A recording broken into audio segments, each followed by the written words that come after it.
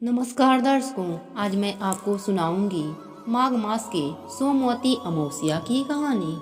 बहुत पुरानी बात है। एक गांव में ननद और भाभी रहती थी।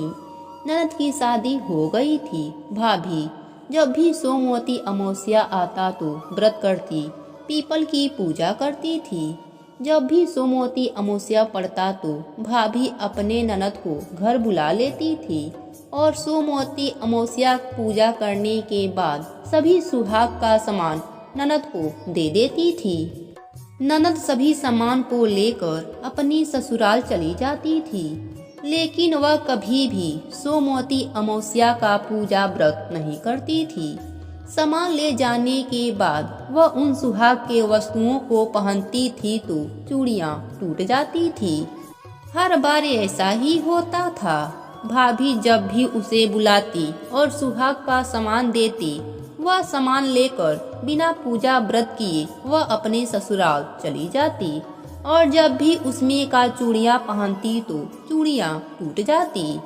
ऐसा ही हर बार होता। उसने घर आकर अपने भाभी को बताया तो भाभी ने सारी बात अपने पति को बताई और कहा, आप किसी अच्छे पंडित से बात कर लीजिए, आखिर ऐसा क्यों होता है। तब भाई ने सारी बात एक पंडित जी को बताई।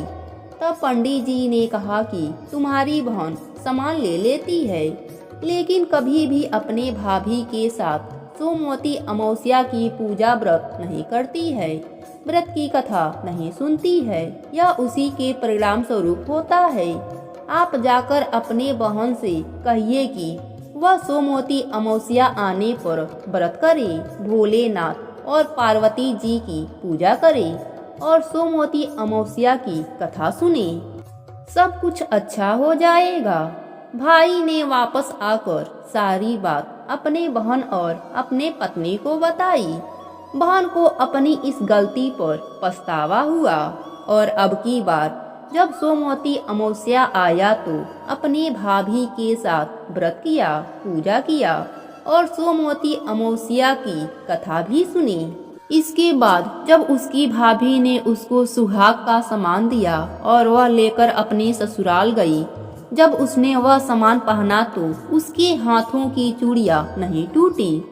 तो इस प्रकार से जो भी सुहागिन स्त्रियां सोमवती अमावस्या का व्रत करती हैं, भगवान भोलेनाथ और माता पार्वती जी का पूजा अर्चना करती हैं, उन्हें अखंड सौभाग्यवती होने का सौभाग्य प्राप्त होता है।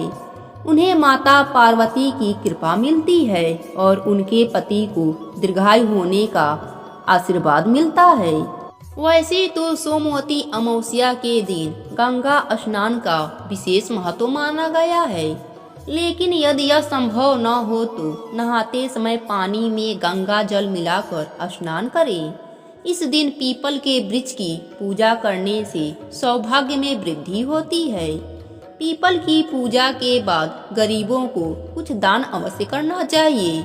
यदि कोई नदी या सरोवर निकट हो तो वहां अवश्य जाएं और भगवान शंकर, माता पार्वती, गणेश जी और तुलसी जी की भक्ति भाव से पूजा करें। सोमवती अमावस्या के दिन 108 बार तुलसी की परिक्रमा करना, ओमकार का जप करना, सूर्य नारायण को अर्घ्य देना अत्यंत फलदायी होता है। सिर्फ तुलसी जी की 108 बार प्रदक्षिणा करने से घर की दरिद्रता भाग जाती है। पुराणों में कहा गया है कि सोमवार को अमावस्या बड़े भाग से पड़ता है।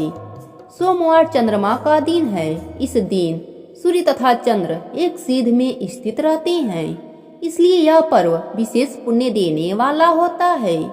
धर्मशास्त्रों में ऐसा वर्णित है कि पांडव पूरे जीवन तरसते रहे, परंतु उनके संपूर्ण जीवन में सोमवती अमावस्या नहीं आई।